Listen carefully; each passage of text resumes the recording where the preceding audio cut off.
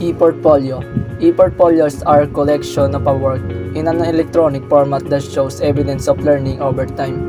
Students can add to their portfolios whenever they receive it, consistently achieving projects, assignments, and other academic artifacts throughout their academic journeys. My name is Joseph P. Perer. My part in e-portfolio is EONP. E stands for electronics, O stands for organized, and P stands for powered. First is electronics, a branch of physics and engineering that deals with the study of electron behavior, flow, and control under different conditions. Electronics, it is a really important and very necessary for us in today's time.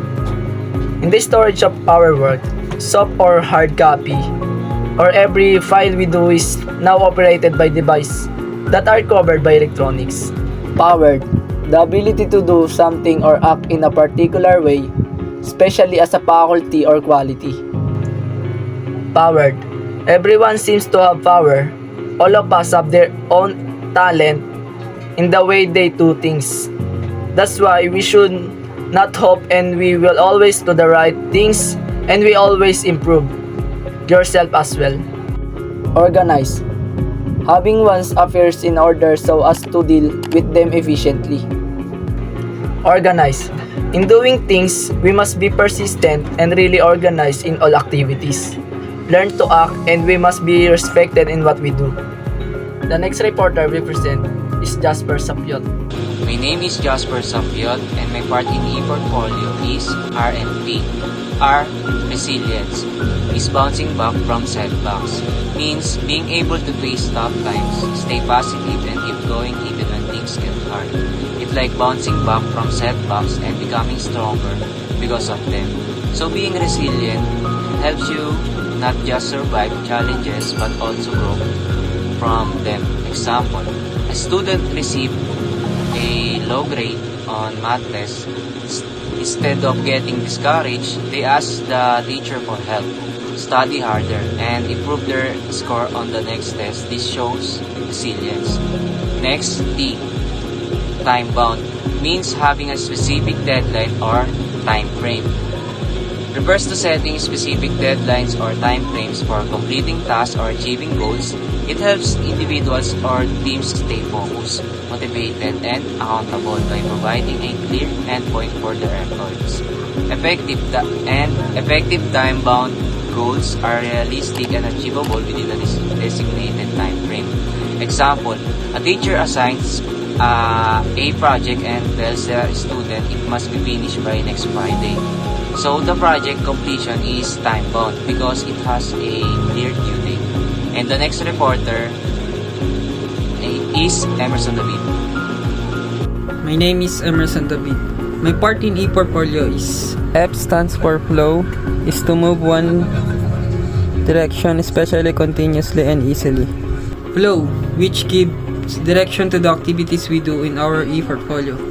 O stands for observant, is a willing to learn and grow to produce more possible results. O stands for observant, is a willingness to learn and being a good listener to the e-portfolio.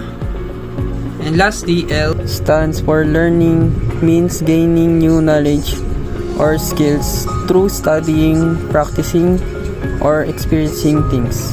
Learning means we are willing to gain new knowledge or skill to increase our potential. Thank you. The next reporter is Steven Jimenez. My name is Steven Joperty Jimenez, and my part in e-portfolio is stand for I, integrity. What is integrity? Integrity implies trustworthiness and incorruptibility to a degree that one is capable of being forced to a trust, responsibility, or pledge. Ang integrity or integridad dito nagpapahiwatig ng mga kapagkakatiwalaan at kawalang kasiraan sa antas ng isang tao o natin na hindi kayang magsinungaling sa isang may tiwala, responsibilidad o pangako ng isang tao. The next letter is O, occupation. Occupation, a person, regular work or profession, job or principal activity, any activity on which time is spent by a person. Dito, papasok dito yung mga professional na sa isang trabaho o yung mga kaya ng regular work na ang trabaho lang nila o yung mga pangunahing aktibidad o anumang aktibidad na kung saan mas lalo nilang ginugugol sa trabaho ang bawat tao.